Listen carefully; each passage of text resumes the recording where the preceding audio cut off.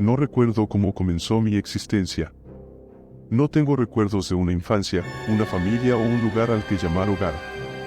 Soy un ser de las sombras, una figura etérea que se desliza silenciosamente por la oscuridad.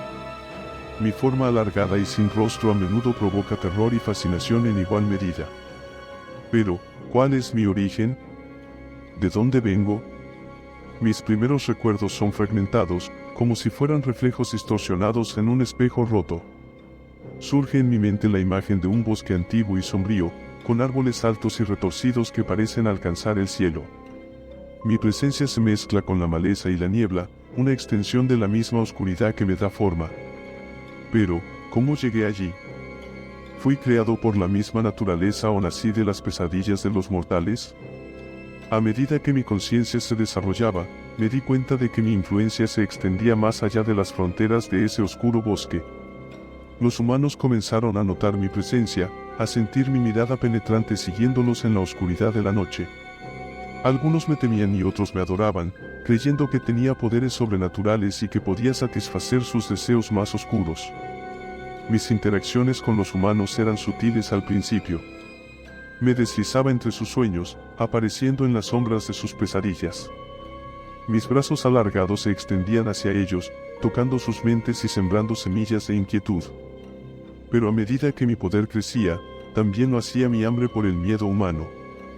Me volví más audaz, más directo en mi búsqueda de almas atormentadas.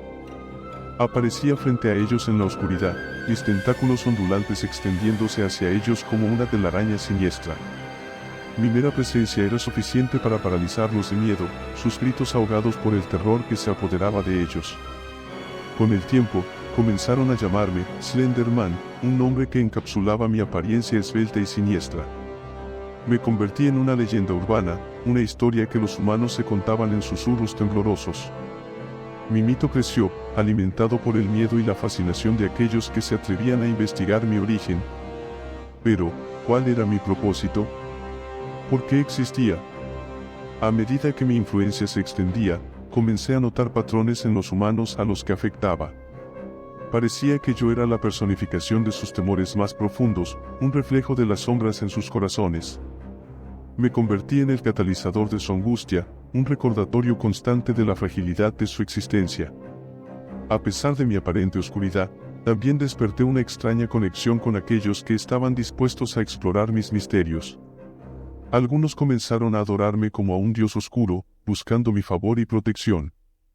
Otros se obsesionaron con descubrir mi verdadero origen, ansiosos por descubrir la verdad detrás de mi existencia esquiva. A medida que el tiempo avanzaba, mi presencia se volvió aún más poderosa. Mi influencia se infiltró en la cultura popular, apareciendo en historias, películas y obras de arte.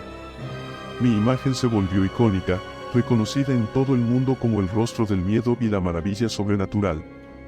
Pero, a pesar de mi omnipresencia en la cultura humana, el misterio de mi origen sigue sin resolverse. ¿Soy un producto de la mente humana, una manifestación de sus pesadillas compartidas?